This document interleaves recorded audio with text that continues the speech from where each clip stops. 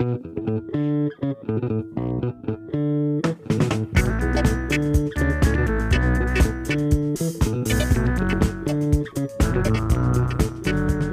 ora, I'm Bonnie Harrison and welcome to The Detail's long read.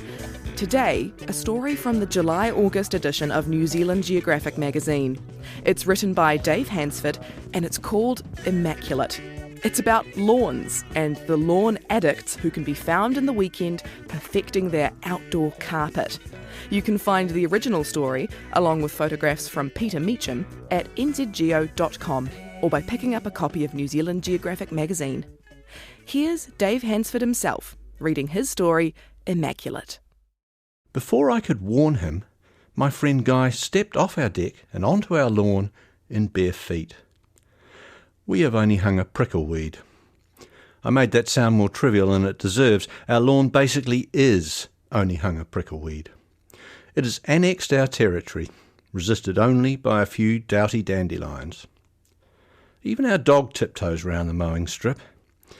It was hard to know whether his pained grimace was down to the spiky seeds or dismay at my feckless neglect, because Guy is a man who once mounted a months-long hands and knees campaign to liberate his own lawn from something he called couch grass. He literally picked every centimetre of every rhizome out of the ground, and he has a sprawling lawn. Occasionally, I experience a disquiet that might be unresolved lawn shame, but it soon passes. When my own bare feet are caressed by Guy's Arcadian sward, 321 days since the last couchgrass incident, when I watch his family lunge for a volleyball without fear of puncture wounds, I fleetingly wonder whether I should care more, but I don't. Postbellum trespass is a matter of supreme indifference to me. Until I researched this feature, I thought Kentucky bluegrass was made with fiddles and banjos. I do know a few things about grass, though. I know, for instance, that paleontologists have found the earliest known grasses in fossilised dinosaur poo, some 100 million years old, and that Lorna Senti would probably recognise them today. Nowadays, grasses account for almost a quarter of the world's vegetation. There is no continent free of them, save Antarctica, and that's just a matter of time, the way things are going. Some can grow in salt water, and I know that without them we would certainly starve. Maybe, then, some primal amity compels the millions of individual devotional acts that add up to one of Western culture's great bafflements: lawn care.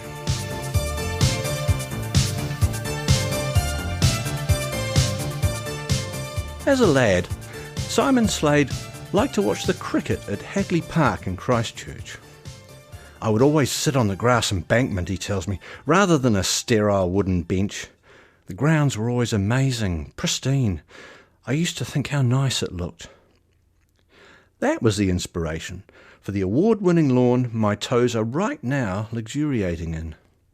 They can feel the love that's gone into each and every blade of this perennial ryegrass, all trimmed to the exact same height. The sheer uniformity of it is mesmerising. If I let my focus relax, it shapeshifts into emerald fractals. I peer at the interstices between the ranks of rye, scanning for nuance, but there is no hint, neither moss nor weed nor even old dead clippings. This lawn is a microcosm of monoculture. Slade is looking closely too. He's just returned from holiday. Usually, people get friends to look after their pets while they're away. Slade had someone look after his lawn. If I laid down a spirit level here, I know where the bubble would come to rest. Any slope is precisely where Slade has carefully engineered it, around the perimeter, for drainage. Stripes, even and straight, point east-west like grid lines on a map. He bids me contemplate the stripes from different perspectives, and he's right when he says they either pop or fade, depending on the angle of the sunlight. The stripes, the height, the very purity of this crop are the product, variously, of 4 different lawnmowers. Here they are, in Slade's garage, spotlessly clean and parked in a row. One, strictly speaking, is not a mower, it's a scarifier, a kind of powered rotary lawn rake with vertical tines that whirl between the blades of grass, trimming each so that it orients upwards, not outwards, and sweeping up organic detritus. Two are what lawn savants call reel mowers, that's R-E-E-L. Instead of whirling blades, these cut with a spinning cylindrical bale like the one on your granddad's old push mower, and it carries blades arranged in a sine wave to perform a surgical scissor action.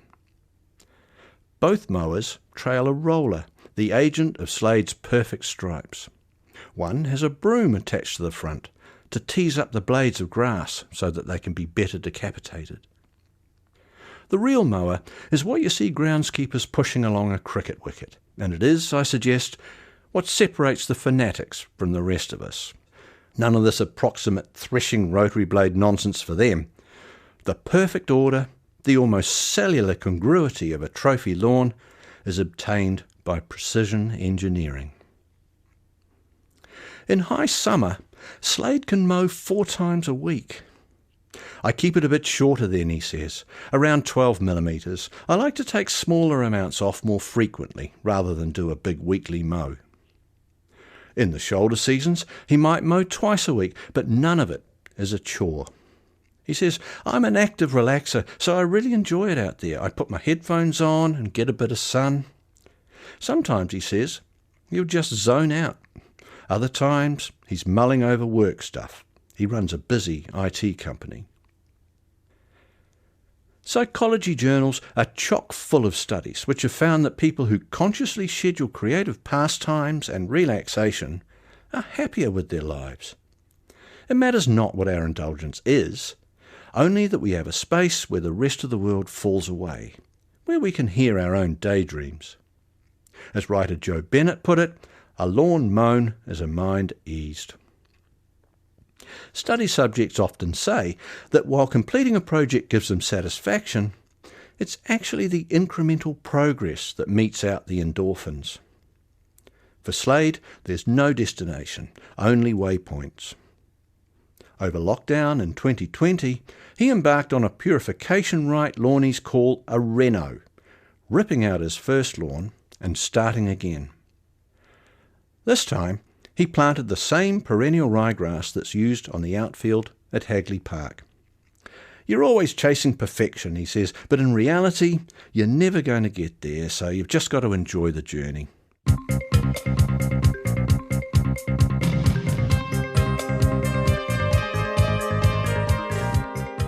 Another requisite for happiness, say researchers, is a sense that you're a part of something bigger, a force for good.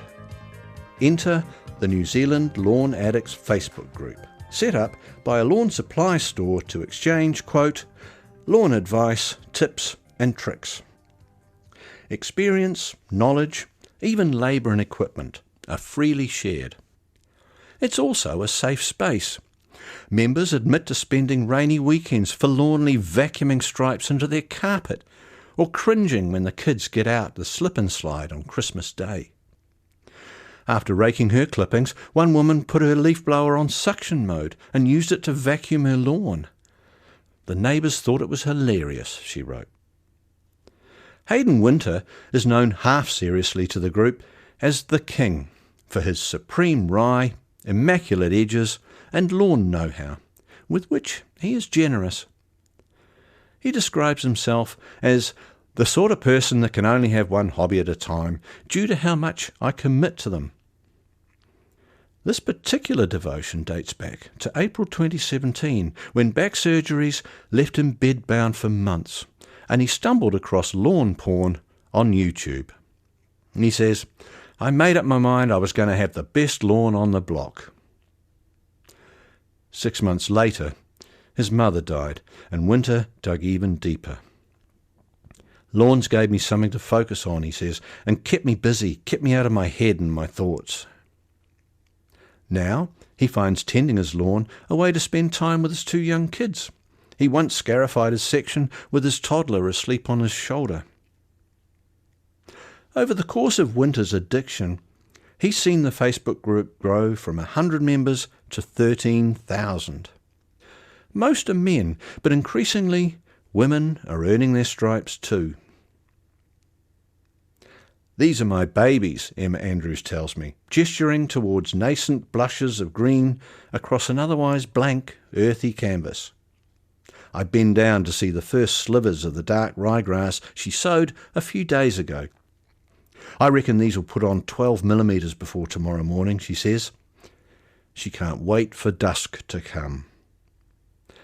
Every night, she says, I come out and I lie down on the deck. I turn on the flash on my phone and get right down low to get pictures side on, because that's when you can see how much growth there really is. It's very, very rewarding. Then she posts her baby photos on Lawn Addicts. I really put myself out there on the page, and since then, she says, quite a few more women have popped up out of the woodwork. It's given them the confidence to engage with the site. Andrews grew up in England, and in hindsight, turf was probably her destiny. There were early signs, she says. I can remember being at my dad's house and him having a lawn that he didn't look after. He maybe mowed it once a month when it was up to your knees. There were foxes living in it, and I remember sitting out there as a child, cutting the edges with scissors. That was something I always loved to do. She still does. She says, I haven't quite mastered my machine edger, so I've been using my special scissors. The previous weekend, Andrews gave her suburban Rangiora plot, maybe 100 metres square, a partial reno. She put in a drain, levelled every hummock, filled every divot, then oversowed with dark rye, the grass of choice, she says, of lawn addicts everywhere. I don't know the ins and outs of it all, she says. I believe it's to do with how the blade looks on one side or the other, depending on the light. I just know what looks nice. The darker the better for me, rather than lime green. Then she picked up a hammer and a saw and built her first mowing strip. For good measure, she built a side gate too, because from now on, the dogs are canes non gratae here. I worked 13 hours straight, she tells me. I forgot to eat. Engagement, energy, fulfillment. Psychologists will tell you these are 3 more of the ingredients in happiness, or at least contentment. Another powerful one is a sense that you have some degree of control over your environment. I'll be honest, I thought this story was going to be about the Cracker Barrel idiosyncrasies of lawn fanatics. But in a way, it's the story of us all. You just need to drop the word lawn. On our rural hectare, my wife and I are replanting native trees, in part because I loathe mowing, and to that end, I raise plants from seed. The first thing I do of a morning is go into my home nursery, peer intently at the seed trays, scanning for some new flicker of green. When a seed germinates, when a seedling sprouts its second leaves, I get a little rush. Whether it's a blade of dark rye or a tiny tendril of toy, the reward centre of our brain neither knows nor cares. What matters is the small achievement, the progress towards our goal, and the connectedness to something much bigger. Our local revegetation group now tops 80 landowners. Some people make ships and bottles. Some breed very small horses. Others restore old ploughs. The gratification is precisely the same, and the need for it may well be a tenet of the human condition. I put the idea to Andrews. I've never really thought about that, she says. I just know how it makes me feel. A sense of pride, a sense of accomplishing something. I think we're all trying to find ourselves, what makes us tick.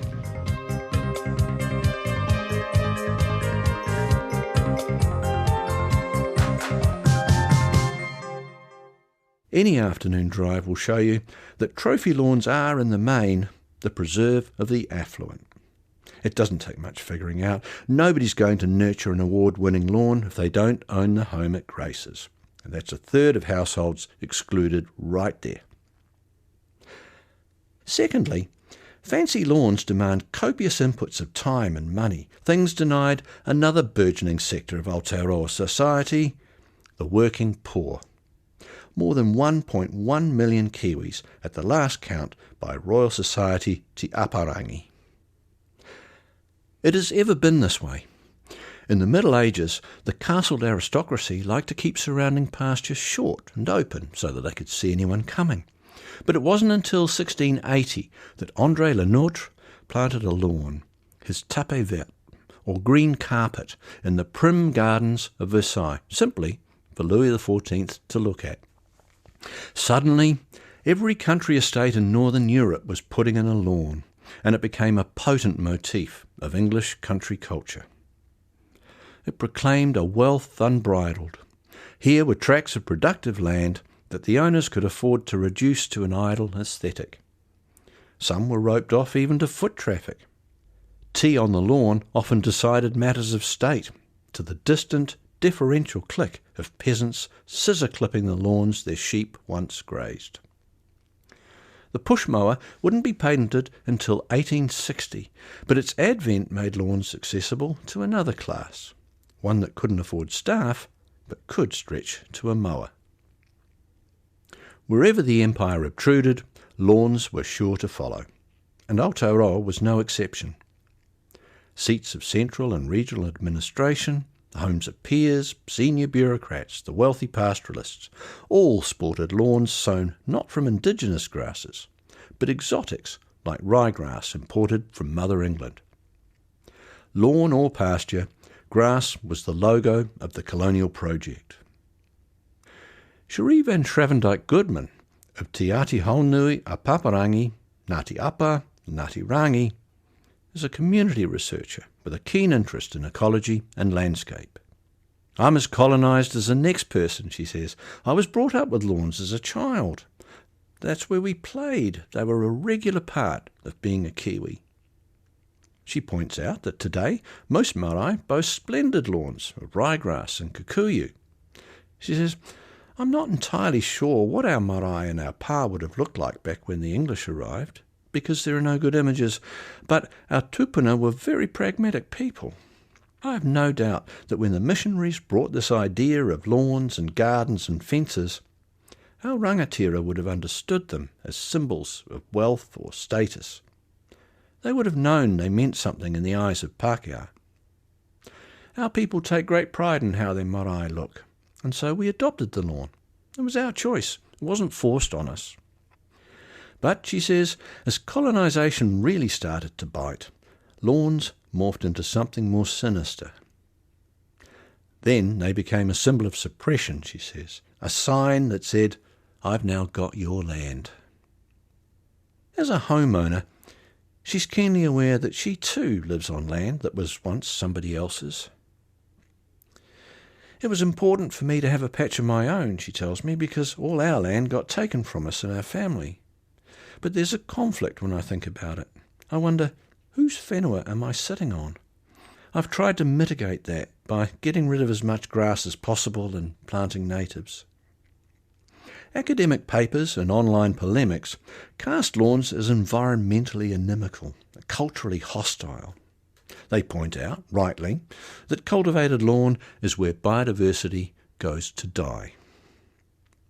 Monocrops have a ravenous appetite for fertilisers that release potent greenhouse gases. Even that gratifying cut grass smell comes from organic compounds, green leaf volatiles, released into the air where they can oxidise into other compounds that exacerbate smog and respiratory ailments and aggravate climate change. Finally, say the critics, tended lawns have an unquenchable and untenable thirst.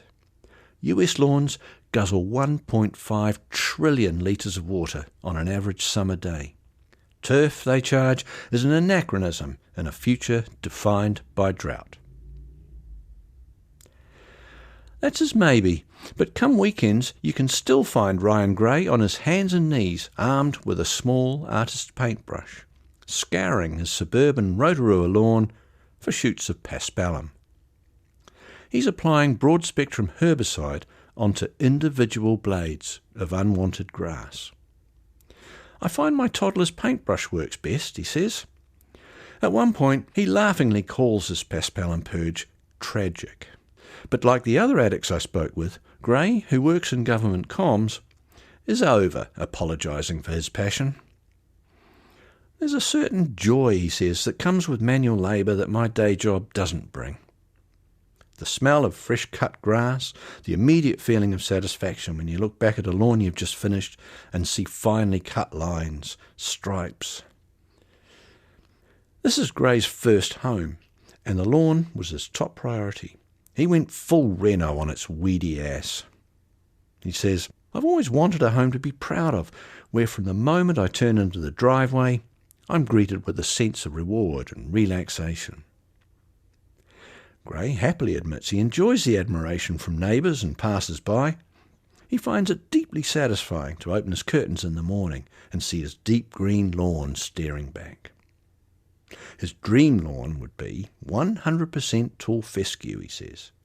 But there's a part of me that's all too aware how bad monocultures are for the environment, something he's trying to offset by planting natives around the rest of his property.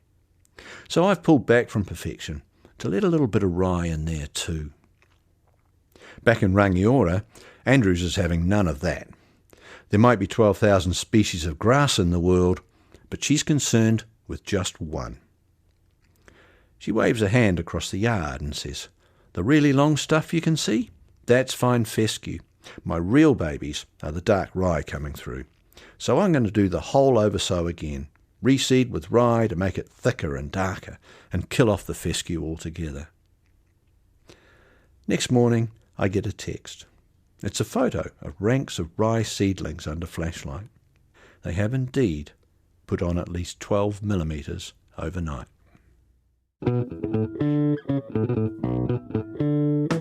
That was Dave Hansford reading his story Immaculate, published in the July-August edition of New Zealand Geographic. The Details long read is supported by the Public Interest Journalism Fund. We'll be back next week with another long read. Ka kite anō.